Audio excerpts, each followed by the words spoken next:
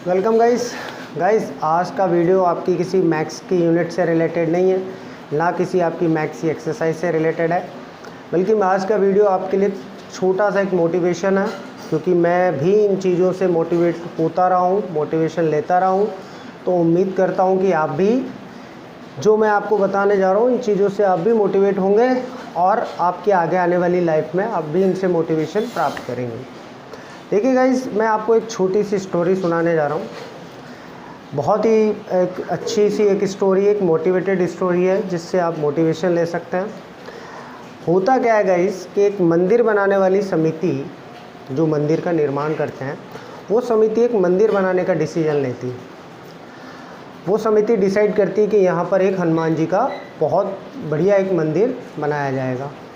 अब मंदिर बनाने के लिए उन्हें आवश्यकता पड़ती है मूर्ति की। तो वो मंदिर समिति वाले जो सदस्य होते हैं, वो मूर्ति वाले के पास जाते हैं।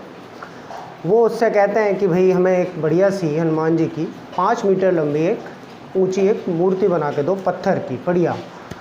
मूर्ति वाला कहता है ठीक है, आप 1 महीने बाद आ जाइएगा, आपको मूर्ति रेडी मिलेगी। अब होता यूँ है गाइस कि मूर्ति बनाने वाला एक बड़ी विशाल पहाड़ी पर जाता है।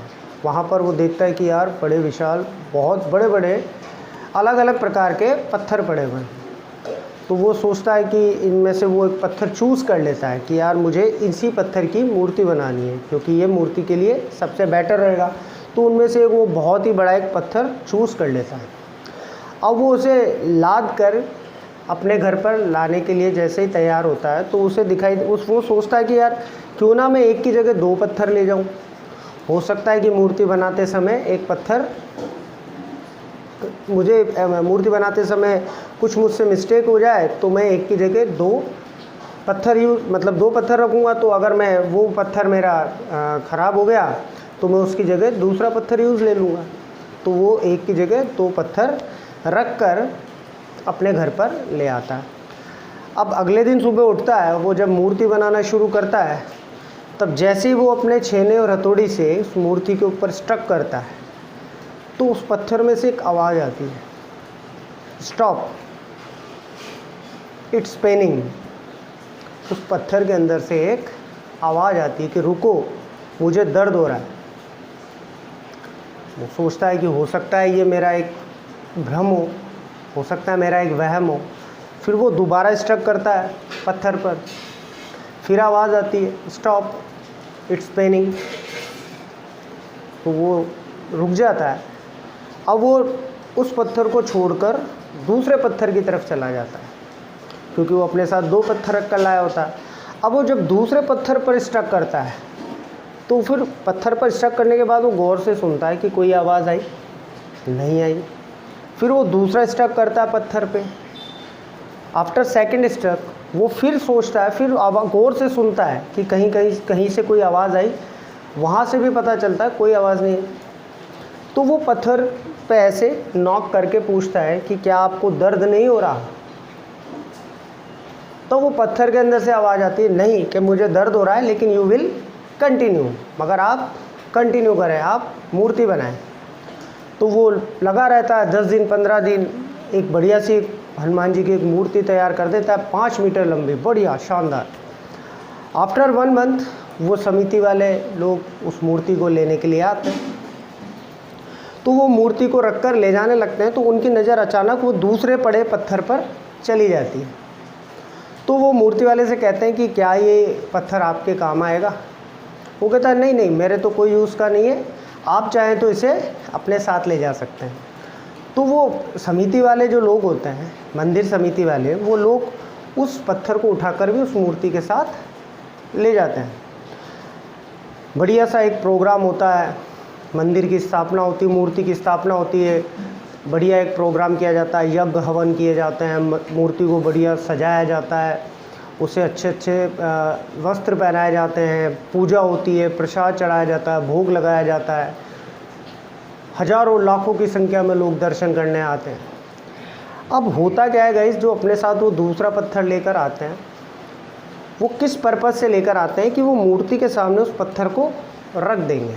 जो हनुमान जी की मूर्ति है मंदिर के अंदर जो स्थापित की गई है, उस मूर्ति के सामने उस पत्थर को रख देते हैं।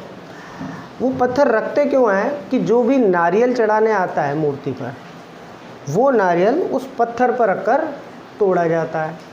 अगर हम किसी मंदिर में जाते हैं नारियल चढ़ाने, तो अक्सर आपने देखा होगा कि नारियल को ऐसे ज़ोर से मारा जाता है ज़मीन पर, उसे तोड़ा जाता है और मंदिर में चढ़ाया जाता है, मूर्ति पर चढ़ाया जाता है। तो वो पत्थर इस पर्पज़ से वो उस मूर्ति के सामने रखते हैं। तो होता क्या है, जो भी वहाँ पे दर्शन करने आता है वो नारियल सीधा उस पत्थर के ऊपर फोड़ता है और भगवान को अर्पित करता है, मूर्ति को अर्पित करता है। इस पूरी एक छोटी सी स्टोरी से गाइस हमें क्या सीखने को मिलता है, क्या मोटिवेशन मिलता है कि देखिए, अगर वो पत्थर उस समय ये नहीं कहता है कि मुझे दर्द हो रहा है, वो लगा रहता कुछ समय तक, अगर वो दर्द सहन कर लेता, तो आज वो पत्थर एक मूर्ति में कन्वर्ट हो जाता, जिसकी ज़िंदगी भर पूरी लाइफ जिसकी सेवा होती, जिसका सम्मान होता, जिस पे रोज़ प्रसाद चढ़ाए जाते, जिस पे रोज़ भोग लगाए जाते, रोज़ उसकी सेवा होती, पूजा होती। मगर उस समय उसने क्या कहा कि मुझे दर्द हो रहा है। तो कुछ समय के दर्द के लिए, कुछ समय की मुश्किलों के लिए, परेशानी के लिए उसने अपनी आगे आने वाली पूरी लाइफ को डिस्ट्रॉय कर दिया। और जबकि वो दूसरा पत्थर जिसे दर्द तो हो रहा था, मगर उसने क्या कहा, यू विल कंटिन्यू, कि आप लगे रहिए, क्योंकि उसे पता था कि ये एक मूर्ति में कन्वर्ट होगा और अभी तो मैं दर्द सहन कर लूँगा, लेकिन आने वाली पूरी लाइफ में मैं पूजा जाऊँगा, मुझे सम्मान मिलेगा, मुझे रेस्पेक्ट मिलेगा। तो सेम गाइस, जैसा हम उस मूर्ति के बारे में हमने इस कहानी के अंदर पढ़ा, सीखा, तो आपका जीवन भी, आपकी लाइफ भी गाइस सेम ऐसे ही है। अभी जो आपकी एज है वो है मेहनत करने की एज। अभी जो आपकी उम्र है वो है अभी तपने की उम्र, जलने की उम्र, मेहनत करने की उम्र। अभी आप तपोगे तभी आप आगे जाकर कुछ ना कुछ अच्छी एक पोस्ट पर पहुंचोगे, एक सक्सेसफुल एक पर्सन बनोगे। अगर हम अभी सोचते हैं कि अरे यार हमसे इतनी मेहनत नहीं होती, ये तो बड़ा टफ है, हम ये नहीं कर पाएंगे, ये ऐसे नहीं होगा, तो आगे आने वाली लाइफ में हम कभी भी सक्सेस नहीं हो सकते हैं। अगर हमें आगे आने वाली लाइफ में सक्सेस होना है तो हमें अभी मेहनत करनी ही होगी। आज क्योंकि अब्दुल कलाम जी की आज पुण्यतिथि है, तो मैं आज उनका एक छोटा सा जो कोट था वो आपके सामने रखना चाहता हूँ, आपको बताना चाहता हूँ। वो कहा करते थे कि अगर सूरज की तरह चमकना है ना, तो उसकी तरह जलना भी सीखो, क्योंकि जब तक आप सूरज की तरह जलोगे नहीं तो उसकी जैसी चमक आप में नहीं आनी। गाइस, हमारे पेरेंट्स हमसे बहुत सारी उम्मीदें रखते हैं। गाइस, हमारे पेरेंट्स हमसे बहुत ज़्यादा उम्मीदें रखते हैं, वो हम इतना सारा इन्वेस्ट भी करते हैं। गाइस, मैं यहाँ पर आपके पढ़ाई पर जो खर्च होता है उसे मैं एक्सपेंडिचर नहीं मानता हूँ, उसे मैं इन्वेस्टमेंट मानता हूँ। क्यों? क्योंकि वो आपका एक इन्वेस्टमेंट ही है। आप आज जो आपके पेरेंट्स आपके ऊपर जो पैसा खर्च कर रहे हैं एजुकेशन पर, वो एक इन्वेस्टमेंट है, क्योंकि आगे जाकर फ्यूचर में आप एक अच्छी जॉब लगोगे तो उसका रिटर्न भी तो मिलेगा। एक्सपेंडिचर तो गाइस वो होता है जो खर्च हो जाए, जिसका कोई रिटर्न नहीं मिलता। लेकिन आज आपके ऊपर जो पैसा